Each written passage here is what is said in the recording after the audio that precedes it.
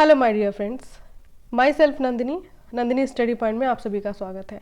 Friends, आज का ये वीडियो है इमरजेंसी ड्रग के ऊपर। इमरजेंसी ड्रग कौन कौन सी होती हैं, कौन कौन सी मेडिसिन को हम कहते हैं इमरजेंसी ड्रग, क्वालिटी क्या होती है इमरजेंसी ड्रग्स की, और क्या क्या एक्शन होता है इमरजेंसी ड्रग्स का, और हम कब यूज करते हैं। फ्रेंड्स, जैसा कि ड्रग्स है इमरजेंसी ड्रग, तो हम इसे इमरजेंसी सिचुएशन में यूज करते हैं, यानी कह सकते हैं ये लाइफ सेविंग मेडिसिन होती है और इसे हम लाइफ थ्रेटनिंग सिचुएशन में यूज करके पेशेंट की जान बचाई जा सकती है। तो कौन कौन से होते हैं अपने जो लाइफ थ्रेटनिंग सिचुएशंस होते हैं, और कब कैसे ड्रग्स दी जाती है, कौन सा इमरजेंसी ड्रग होता है, क्या उसके साइड इफेक्ट होते हैं, उसका एक्शन कैसे होता है, कितना दिया जाता है, कब दिया जाता है, ओवरऑल सारी चीजें इन डिटेल से इस वीडियो में मैं बताने वाली हूँ। तो वीडियो पे अगर आप पहली बार विजिट कर रहे हैं तो सब्सक्राइब करना ना भूलें, और अगर आप मेडिकल स्टूडेंट हैं तो आपके लिए तो ये चैनल और भी इम्पोर्टेंट है। फ्रेंड्स, मेडिसिन पढ़ने जा रहे हैं हम, इमरजेंसी ड्रग पढ़ने जा रहे हैं, उसके पहले हमें ये पढ़ना है कि इमरजेंसी ड्रग की क्वालिटी क्या होती है, क्यों हम किसी ड्रग को इमरजेंसी ड्रग कहते हैं। इमरजेंसी ड्रग में दो क्वालिटी होती है, एक तो फास्ट एक्टिंग ड्रग होती है और एक होती है शॉर्ट एक्टिंग ड्रग।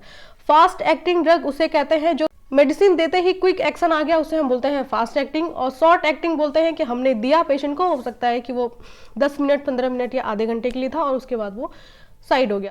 अब लाइफ सेविंग मेडिसिन के बारे में हम पढ़ने ही वाले हैं, तो हम पढ़ते हैं लाइफ सेविंग गैस के बारे में। कई बार हमें मेडिसिन ना पूछ करके गैस के बारे में पूछ लेता है और हम वहाँ पे कंफ्यूज हो जाते हैं। लाइफ सेविंग गैस होती है ऑक्सीजन। ऑक्सीजन के बहुत सारे बेनिफिट हैं। अगर पेशेंट कभी चेस्ट पेन का आता है, या पेशेंट कभी एनाफाइलेक्टिक शॉक का है, पेशेंट की कोई भी ऐसी कंडीशन है जो एक इमरजेंसी ड्रग यूज करते हैं बचाने के लिए, तो वहीं पे हमें ऑक्सीजन भी यूज करना चाहिए पेशेंट की जान बचाने के लिए। वो डिपेंड करेगा पेशेंट की सिचुएशन पे। जैसे कई बार पेशेंट MI का है, मायोकार्डियल इंफ्रैक्शन, कई बार एंजाइना पेक्टोरिस का है, कई बार हार्ट अटैक, कई बार बहुत ज्यादा ब्लीडिंग हो चुका है, ब्लड लॉस हो गया है, कई बार कोई ऐसी प्रेग्नेंट लेडी है जिसके बच्चे का हार्ट रेट बहुत डिक्रीज जा रहा है। तो ऐसा कोई भी सिचुएशन है तो उसमें हम ऑक्सीजन को यूज करके पेशेंट की जान बचा सकते हैं, इसीलिए हम ऑक्सीजन को लाइफ सेविंग गैस कहते हैं। अब इसकी क्वालिटी क्या क्या होती है ये आप देखिए। फर्स्ट है कि ऑक्सीजन को हम लाइफ सेविंग गैस बोलते हैं। किसी चीज को जलाने के लिए भी ऑक्सीजन का होना काफी जरूरी है। ऑक्सीजन एक ऑर्डरलेस कलरलेस गैस होती है, और सबसे जरूरी चीज ये कि फ्रेंड, ऑक्सीजन सबसे बड़ा रोल प्ले करता है हमारे ब्रेन को भी चलाने के लिए। हम कह सकते हैं कि अगर हमारे ब्रेन को 5 मिनट तक ऑक्सीजन नहीं मिलता है तो ब्रेन हमारा डेड कर जाएगा, यानी ब्रेन की जो सेल्स हैं वो डेड कर जाएंगी और वो कभी भी रिवाइव नहीं हो सकती हैं। कभी भी ब्रेन सेल अगर एक बार डेथ कर जाए, पेशेंट कोमा में हो जाता है, तो वो रिवाइव करने का चांस नहीं होता, ब्रेन डेड ही रहती है, बाद में हम कितना भी ऑक्सीजन दे लें पेशेंट को। तो इसीलिए ऑक्सीजन हमारे ब्रेन के लिए भी बहुत ज़्यादा इंपॉर्टेंट होता है। अब हम आते हैं अपने टॉपिक मेडिसिन के ऊपर। कौन कौन सी मेडिसिन होती है जो इमरजेंसी ड्रग के तौर पे यूज की जाती है। सबसे पहली ड्रग है नाइट्रोग्लिसरीन। फ्रेंड्स, ये आपके स्क्रीन पे मेडिसिन शो हो रही है जिसे हम बोलते हैं नाइट्रोग्लिसरीन। शॉर्ट फॉर्म में हम कहते हैं एनटीजी। एनटीजी वेजोडाइलेशन का काम करती है और ये एंजाइना पेक्टोरिस की ड्रग ऑफ चॉइस होती है। एंजाइना पेक्टोरिस में होता ये है कि हमारे हार्ट को ब्लड सप्लाई करने वाली आर्टरी होती है कोरोनरी आर्टरी। कई बार कोरोनरी आर्टरी में ब्लॉकेज या ऑब्स्ट्रक्शन की वजह से ब्लड सप्लाई नहीं पहुंचता, और जब ब्लड सप्लाई हार्ट को नहीं पहुंचता तो ऑक्सीजन भी कम हो जाता है, यानी lack of blood and lack of oxygen देखा जाता है हमारे हार्ट में। इसकी वजह से पेशेंट को चेस्ट पेन होता है, और इसमें अगर हम एंटीजी देते हैं तो वो वेजोडाइलेटर की तरह वर्क करती है और कोरोनरी आर्टरी को डायलेट करती है, और प्रॉपर जो एक हार्ट का डिमांड है O2 का और ब्लड का, वो हार्ट को मिल पाता है, और चेस्ट पेन भी कम हो जाता है। साथ के साथ पेशेंट में जो रिस्क है हार्ट अटैक आने का वो भी कम हो जाता है। तो इसलिए जो ये एंटीजी ड्रग है वो एंजाइना पेक्टोरिस की ड्रग ऑफ चॉइस होती है। साथ ही साथ हम बात करते हैं इसके डोजेस की, तो फ्रेंड्स 0.5 mg सबलिंगुअल एंटीजी दिया जाता है। और सबलिंगुअल क्या होता है फ्रेंड्स? सबलिंगुअल अपने टंग के बिलो का जो पार्ट है नीचे, उसे हम बोलते हैं सबलिंगुअल। सबलिंगुअल जब हम ड्रग को देते हैं तो हमारे जो सबलिंगुअल एरिया है वहाँ पे हमारे बहुत सारे ब्लड वेसल्स हैं, और वो ब्लड वेसल्स में एब्जॉर्ब हो जाती है, और जब मेडिसिन एब्जॉर्ब हो जाती है तो वो वर्क भी फास्ट करती है। वहीं अगर हम ओरल खिला दें तो कहीं पे वो जाके वो स्टमक जाएगा, फिर वो घुलेगा, फिर एब्जॉर्ब होगा, तो काफी टाइम लेता है। इसीलिए हम हमेशा सबलिंगुअल देते हैं एंटीजी को। अगर हम IV की बात करें तो नाइट्रोग्लिसरीन को हम IV में भी देते हैं, जैसे 5 mg पर 2 ml IV दे सकते हैं। इसकी मैक्सिमम डोज की बात करें तो 3 डोज देते हैं। पहले अगर डोज देंगे तो एक पेशेंट को एंटीजी दिया, फिर उसके 5 मिनट बाद एंटीजी देंगे, फिर उसके 5 मिनट बाद देंगे, यानी कि हम 3 बार एंटीजी की टैबलेट को रिपीट कर सकते हैं किसी भी पेशेंट के अंदर जो ये चेस्ट पेन की कंप्लेन होती है या एंजाइना पेक्टोरिस हमें मिलता है। अगर 3 बार देने के बाद भी पेशेंट का पेन, चेस्ट पेन सबसाइड नहीं होता तो हम इमीडिएट पेशेंट को इमरजेंसी में ले जाके ट्रीटमेंट कराने की सलाह देते हैं। एंटीजी की एक्सपायरी डेट होती है 6 मंथ और ये ड्रग्स फोटो सेंसिटिव होते हैं, इसीलिए इनको ग्रीन कलर के बॉटल में रखा जाता है। एंटीजी ड्रग लेने के बाद पेशेंट को ये सलाह दिया जाता है कि वो सेक्सुअल एक्टिविटी में इन्वॉल्व ना हो। कई बार पेशेंट में ऐसे सीवियर रिस्क देखे जाते हैं जैसे हार्ट अटैक या chest pain, severe chest pain जैसी कंडीशन देखी जाती है। ऐसा इसलिए होता है कि पेशेंट एंटीजी लेने के बाद अगर वो सेक्सुअल एक्टिविटी में इन्वॉल्व होता है तो उसके बॉडी का जो ब्लड है वो उसके हार्ट तक ना पहुंच के रिप्रोडक्टिव ऑर्गन तक ब्लड जाने लगता है और हार्ट में ब्लड सप्लाई कम हो जाता है और पेशेंट को इस दौरान हार्ट अटैक आने का चांस होता है। इसीलिए हमेशा एंटीजी लेने के बाद सेक्सुअल एक्टिविटी को अवॉइड करना चाहिए। ये हमें पेशेंट को साथ के साथ इंस्ट्रक्शन देना चाहिए। फ्रेंड्स, हमारी दूसरी ड्रग है इमरजेंसी ड्रग में, वो है मॉर्फिन सल्फेट। आपके स्क्रीन पे दिख रहा है मॉर्फिन सल्फेट। इसे हम ऑपोइड एनाल्जेसिक भी कहते हैं और इसे हम नार्कोटिक ड्रग भी कहते हैं। मॉर्फिन सल्फेट MI यानी कि मायोकार्डियल इन्फेक्शन की ड्रग ऑफ चॉइस होती है। मॉर्फिन क्या करता है? अगर पेशेंट को चेस्ट पेन है, MI आया है ECG में, और अगर हम पेशेंट को मॉर्फिन सल्फेट देते हैं तो वो कैसे एक्ट करती है? वो as a painkiller act करती है या उसका O2 डिमांड कम करती है? अगर हमसे ऐसा कहीं पूछा जाता है तो हमारा आंसर होना चाहिए कि मॉर्फिन सल्फेट पेशेंट के अंदर O2 डिमांड को कम कर देती है और जैसे ही O2 डिमांड कम होता है पेशेंट का पेन अपने आप सबसाइड हो जाता है। तो हम मॉर्फिन सल्फेट को पेशेंट में तब देते हैं कि पेशेंट में O2 डिमांड कम हो जाए और पेन सबसाइड हो जाए, क्योंकि सेम मायोकार्डियल इन्फेक्शन में भी यही होता है कि O2 डिमांड ज़्यादा होता है और हार्ट को प्रॉपर ब्लड नहीं मिल पाता ड्यू टू ऑब्स्ट्रक्शन या सम रीज़न, और पेशेंट में चेस्ट पेन होता है। तो हमें मॉर्फिन सल्फेट देने के बाद ये रिजल्ट मिलता है कि पेशेंट में O2 डिमांड कम हो गया और पेशेंट का चेस्ट पेन जो है वो सबसाइड हो गया। हॉस्पिटल सेटअप में हम पेशेंट का O2 डिमांड कम करने के लिए ऑक्सीजन लगा सकते हैं और सैचुरेशन को हम 100 तक मेंटेन कर सकते हैं और मॉर्फिन सल्फेट भी इसकी ड्रग ऑफ चॉइस होती है। सीवियर पेन में भी मॉर्फिन सल्फेट को यूज़ किया जाता है। फ्रेंड, मॉर्फिन सल्फेट कॉन्ट्राइंडिकेटेड होती है पैंक्रियाटाइटिस पेशेंट के अंदर। हेड इंजरी पेशेंट वाले में भी कॉन्ट्राइंडिकेटेड होती है, क्योंकि मॉर्फिन सल्फेट क्या करती है? Increase intracranial pressure, intracranial pressure को इंक्रीज कर देती है और जब इंट्राक्रैनियल प्रेशर इंक्रीज हो जाता है तो पेशेंट में और ज़्यादा रिस्क हो जाता है हेड इंजरी वाले पेशेंट में। इसीलिए 2 कंडीशन में हम मॉर्फिन सल्फेट नहीं देते हैं, एक तो पैंक्रियाटाइटिस में और दूसरा हेड इंजरी वाले पेशेंट में। एक इम्पॉर्टेंट पॉइंट ये भी है कि मॉर्फिन सल्फेट जब भी हम किसी पेशेंट को देते हैं हमें उसका रिस्पायरेशन रेट जरूर मॉनिटर करना चाहिए, क्योंकि मॉर्फिन सल्फेट का एक साइड इफेक्ट ये है कि वो हमारे रिस्पायरेशन रेट को कम कर देती है। तो ऐसा ना हो कि हम किसी चीज़ से प्रिवेंट कर रहे हैं और कुछ उसका साइड इफेक्ट हो जाए पेशेंट में। ऐसे में हमें पेशेंट के रिस्पायरेशन रेट को भी ध्यान रखना चाहिए। अब एक पॉइंट ये भी है कि मॉर्फिन सल्फेट का एंटीडोट क्या होता है। मॉर्फिन सल्फेट का एंटीडोट होता है नैलेक्सोन, जो आप इस वक्त स्क्रीन पे देख पा रहे हैं। अब एक पॉइंट ये भी है, अगर मॉर्फिन सल्फेट की ओवरडोज हो जाए तो कैसे पता करेंगे? ऐसा क्या सिम्टम होता है जो हमें ये दर्शाता है कि पेशेंट में मॉर्फिन सल्फेट का ओवरडोज हो गया है? वो होता है पिन पॉइंट प्यूपिल। पिन पॉइंट प्यूपिल नाम से ही लग रहा है कि हमारी जो प्यूपिल है, हमारे आंख आईज की जो ब्लैक कलर है वो बिल्कुल पिन पॉइंट यानी कि कॉन्स्ट्रिक्ट होकर के छोटी सी एक पिन लाइक दिखाई देती है।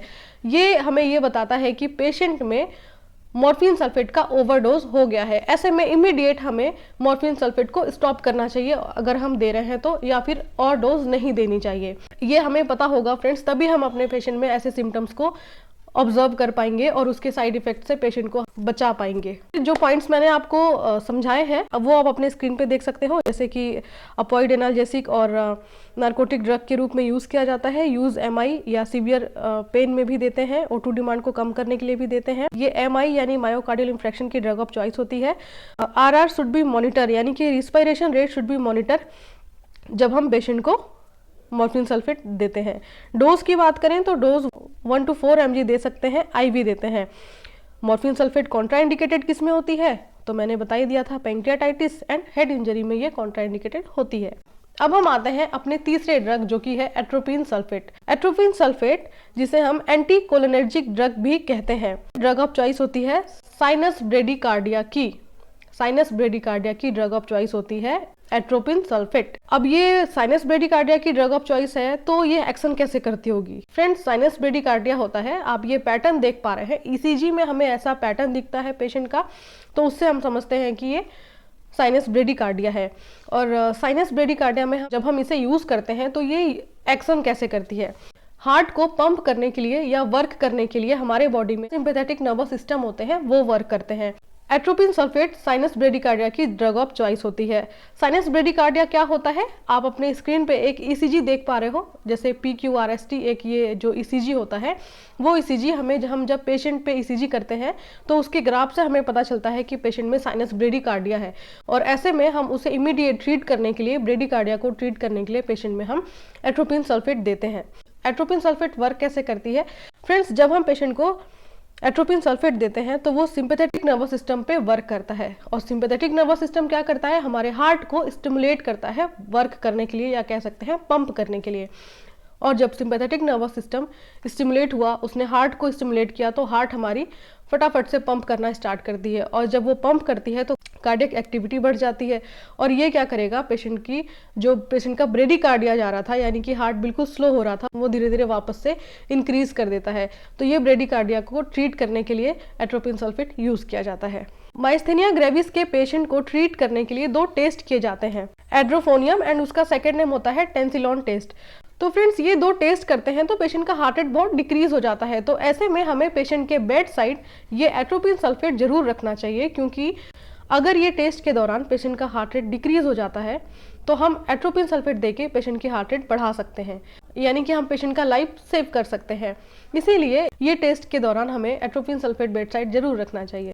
एट्रोपिन सल्फेट मशरूम पॉइजनिंग का एंटीडोट भी माना जाता है। अगर किसी पेशेंट में मशरूम पॉइजनिंग है तो उसका एंटीडोट यानी कि एट्रोपिन सल्फेट देके पेशेंट की जान बचा सकते हैं। वहीं अगर किसी पेशेंट में ऑर्गेनोफॉस्फेट की पॉइजनिंग हो गई है तो हम एट्रोपिन सल्फेट देते हैं।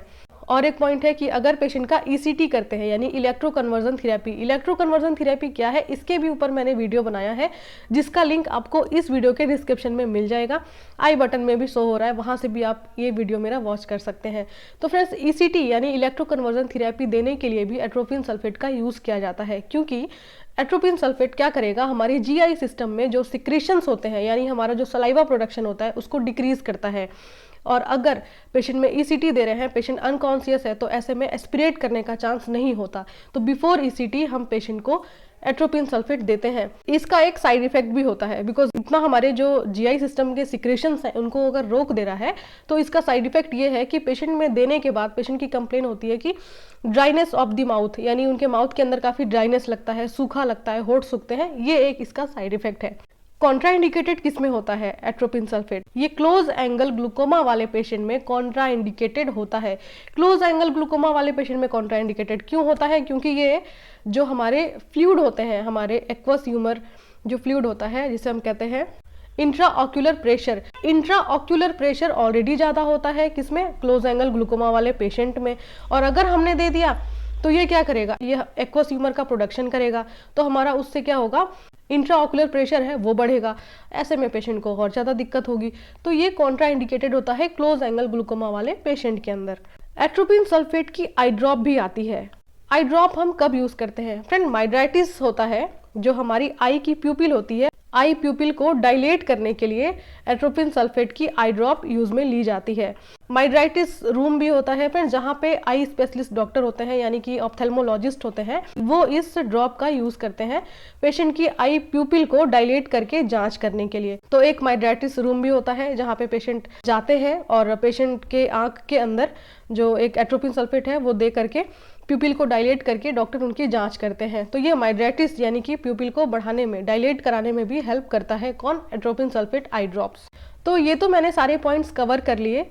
आई होप यहाँ तक तो आपको समझ में आ ही गया होगा। अब बढ़ते हैं हम अपने नेक्स्ट इमरजेंसी ड्रग के ऊपर, जो कि है एड्रेनालिन या एपिनेफ्रिन, जिसे हम शॉर्ट फॉर्म में बोलते हैं ADR। ADR जो है वो सिम्प्टोमिमेटिक्स ड्रग होती है और ये एगोनिस्टिक होती है। ये कैटाकोलामाइन ड्रग है, ये ड्रग ऑफ चॉइस होती है एनाफाइलेक्टिक शॉक की। एनाफाइलेक्टिक शॉक वाले पेशेंट में हम क्या देते हैं? एड्रेनालिन या एपिनेफ्रिन। फ्रेंड्स, ADR जो ड्रग है उसका यूज हम ब्रोंकोस्पाज्म में भी करते हैं।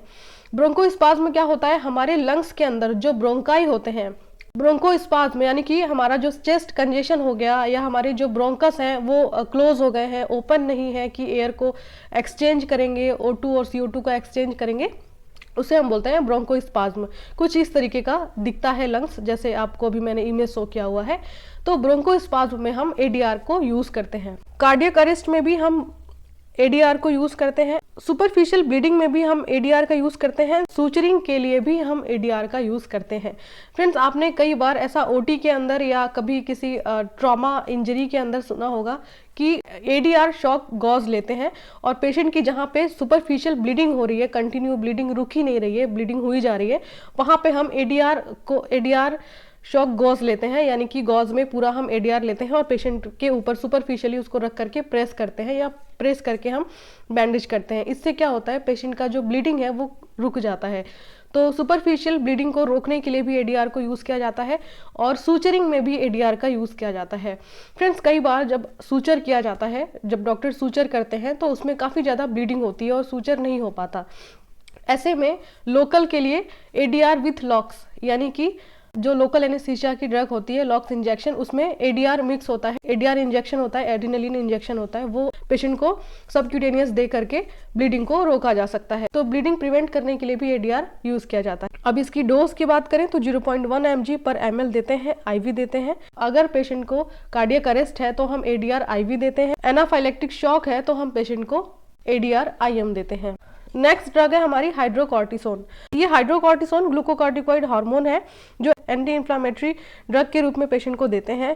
ये यूज़ करते हैं एलर्जिक रिएक्शन के अंदर या अस्थमा के अंदर यूज़ कर सकते हैं। ऑटो इम्यून डिजीज में भी ये ड्रग को यूज़ किया जाता है। इसकी डोज की बात करें, हाइड्रोकॉर्टिसोन 200 mg IV इमीडिएट हम पेशेंट को दे सकते हैं। अगर पेशेंट के अंदर किसी भी ड्रग से एलर्जी हुई है या किसी भी चीज़ से अगर एलर्जी हुई है तो हम as a anti allergic drug के रूप में हाइड्रोकॉर्टिसोन को दे सकते हैं। वही हमारा नेक्स्ट ड्रग है फ्रूसामाइड। फ्रूसामाइड को लूप डायूरेटिक्स ड्रग कहा जाता है। ये हाइपरटेंशन में देते हैं। टिनिटस एक फ्रूसामाइड का साइड इफेक्ट है। हाइपोकैलिमिया, ये हाइपोकैलिमिया भी कॉज करता है। और इसका अदर नेम जैसे लेसिक्स भी है, जो 20 mg देते हैं। एक एम्पुल होता है 2 ml का जिसमें 20 mg कंटेंट होते हैं, वो हम पेशेंट को IM या IV देते हैं। ये फ्रूसामाइड ड्रग के अंदर आती है। तो ये थे कुछ इमरजेंसी ड्रग्स जो मैंने आपको आज के इस वीडियो में बताया है, एक्सप्लेन किया है। आशा करती हूँ आपको ये वीडियो अच्छी लगी होगी। तो अभी के लिए बस इतना ही, फिर मिलेंगे ऐसे ही इंपॉर्टेंट टॉपिक के साथ। तब तक के लिए टेक केयर, बाय बाय।